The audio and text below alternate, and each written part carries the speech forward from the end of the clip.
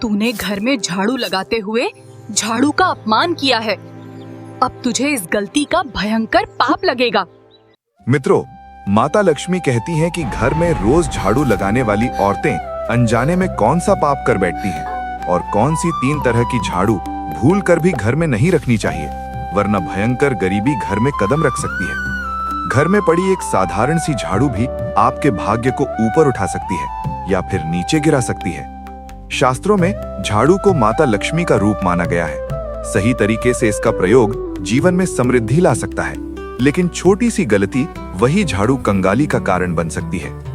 ये बहुत पुरानी बात है।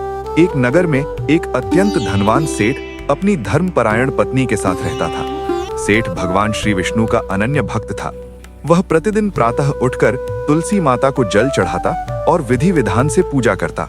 उसकी पत्नी भी सदाचारिणी और विनम्र थी। धन संपत्ति, सम्मान और सुख की कोई कमी नहीं थी, परंतु एक ही पीड़ा थी, संतान का अभाव। वर्षों की तपस्या, व्रत और प्रार्थनाओं के बाद उनके घर एक सुंदर कन्या ने जन्म लिया। उसका नाम रखा गया सुनंदा। माता पिता ने उसे अत्यधिक लाड़ प्यार दिया। समय बीतता गया और सुनंदा बड़ी होने लगी, लेकिन अति प्रेम ने उसे बिगाड़ दिया। उसका स्वभाव घमंडी, कटु और आलसी हो गया। वो बड़ों और नौकरों का अपमान करने लगी। साफ सफाई से उसे घृणा थी। उसने जीवन में कभी झाड़ू तक नहीं छुआ। माता पिता सोचते थे कि विवाह के बाद वो सुधर जाएगी। जब वह 16 वर्ष की हुई तो उसके लिए कई अच्छे रिश्ते आए, लेकिन वह हर युवक का अपमान कर देती। धीरे धीरे पूरे नगर में उसकी छवि बिगड़ गई। एक दिन सुनंदा वन में गई, जहां उसकी भेंट एक गरीब लेकिन संस्कारी ब्राह्मण युवक शांतनु से हुई। वह शास्त्रों का ज्ञाता, विनम्र और भगवान विष्णु का भक्त था। सुनंदा उसके शांत स्वभाव पर मोहित हो गई और घर आकर पिता से उसी से विवाह की जिद करने लगी। सेठ ने बेटी की इच्छा मान ली। शांतनु ने स्वयं को अयोग्य बताया, लेकिन सेठ ने उसे धन संपत्ति देने का वचन दिया। अंततः विवाह संपन्न हुआ। विवाह के समय सुनंदा ने अपनी मां से उसे झाड़ू देते हुए कहा कि यह शुभ है और लक्ष्मी का प्रतीक है, लेकिन सुनंदा ने उसे बिना आदर के रख दिया। ससुराल पहुंचकर उसका वास्तविक स्वभाव सामने आने लगा। वो घर के कामों को तुच्छ समझती, सास ससुर का अपमान करती और घर को गंदा रखती। धीरे धीरे घर में नकारात्मकता बढ़ने लगी। शांतनु का व्यापार भी गिरने लगा।